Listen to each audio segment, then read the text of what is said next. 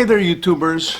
On my last video, was it a week or two ago, I had a question from Barbara about floating selvages and was I using one, and the answer to her question is yes, I am. And then she followed up a little bit saying that she has a hard time with floating selvages. So I'm going to try and just do a short video today showing you a little bit about how I'm working with floating selvages. So the first part of this video, we're going to go around the back of the loom and just show you how the floating selvages have tension on them, because the tension on the floating selvage is different than the tension on the rest of the warp threads. And I don't fully understand the theory behind that. I just know that it happens, and I can compensate for it, and I'll show you that in just a second. Okay, and then we're going to come back around to the front of the loom, and I'm going to attempt to zoom this camera in really close to just one of my selvage edges as I weave a couple shots back and forth. And I'm hoping that there is enough resolution in the camera here and in the closeness of that shot that you'll be able to see my floating selvage thread and how I go over and under with it.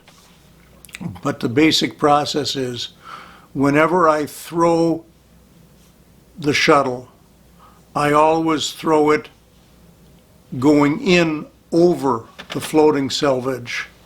And whenever the shuttle comes out the other side, I always try to come out underneath the floating selvage. And it doesn't matter which side of the loom I'm at. It doesn't matter if I'm going right to left or left to right. My rule, to me, is always go in over the top, come out under the bottom. Did I say that right? I think so. Anyways, let's take a look at how I do this. All right, here we are at the back of my loom. I'm still working on this project, of course, that's got the hemp warp on it. But you can see this S-hook right here with one piece of warp thread on it. And that's my floating selvage thread. Because I don't understand the technical stuff behind this, but the floating selvage doesn't take up as much tension as the rest of the threads in the project. And so you can see over there I've got another floating selvage thread held by an S-hook, and that just adds just enough extra tension to keep the selvage, the floating selvage thread, with tension on it that's pretty close to equal to the tension that's up here on the rest of the warp threads. So that's one of the things that I do when I'm using a floating selvage. I hang just a simple S-hook, metal S-hook, at the back unwind beam to provide extra tension, or the correct tension for me, on the floating selvage thread.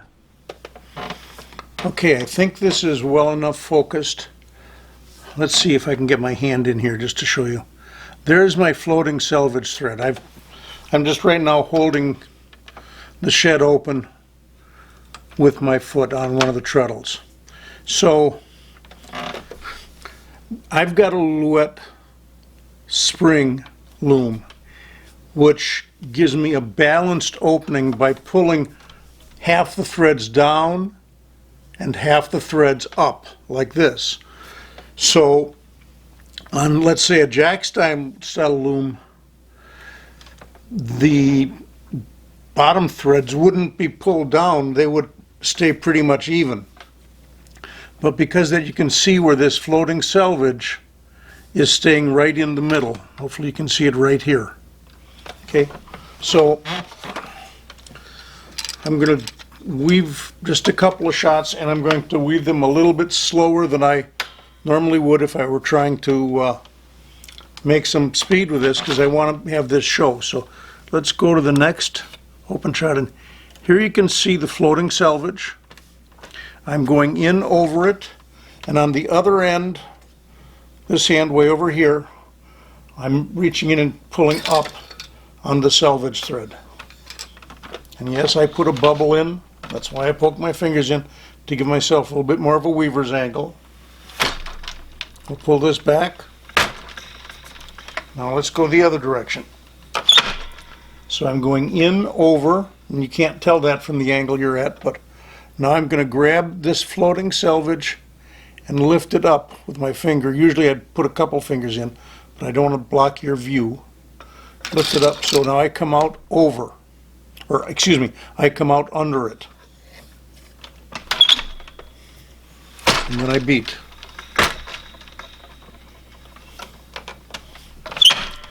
Go in, over, reach the other side, and come out under.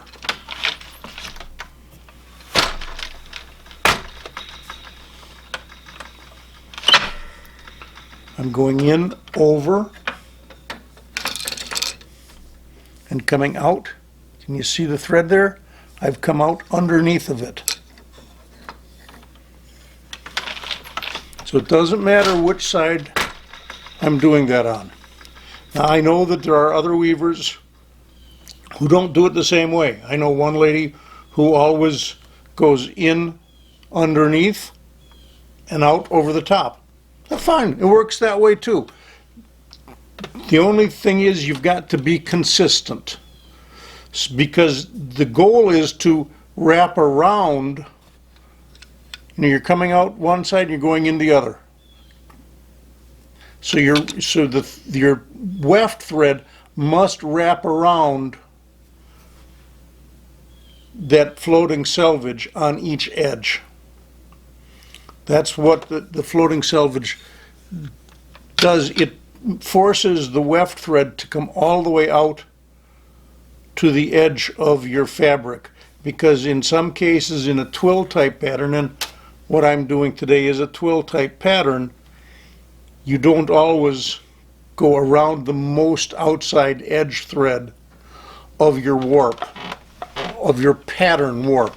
That's why you add a floating selvage. So there you are, YouTubers, and especially Barbara. I hope that answers your questions about a little bit about how I do floating selvages when I'm using a pattern such as the one I've got on there now that's kind of twill related, and how I handle floating selvages. Like I say, other people may do it different. That's fine. But whatever you do, remember the thread must go around. So if this is the floating selvage, I've got to come out one way and go around it. And it doesn't matter if I go around from the top to the bottom or the bottom to the top on the edges, but you've got to be consistent so that you do go around that thread. Okay, that's it for this video. Nice and short. Just my usual comment at the end. I appreciate everybody who subscribes to my channel. I know I don't do a lot of like everyday vlog videos like some people do, or I don't promise you every Thursday or every Saturday or whatever. I do this when I feel like it. But I do appreciate the people who are subscribers to my channel. If you're new to my channel, I would appreciate you subscribing, especially if you like my weaving videos and my occasional cooking or travelogue videos. And if you're already a subscriber, thanks a million. Bye-bye.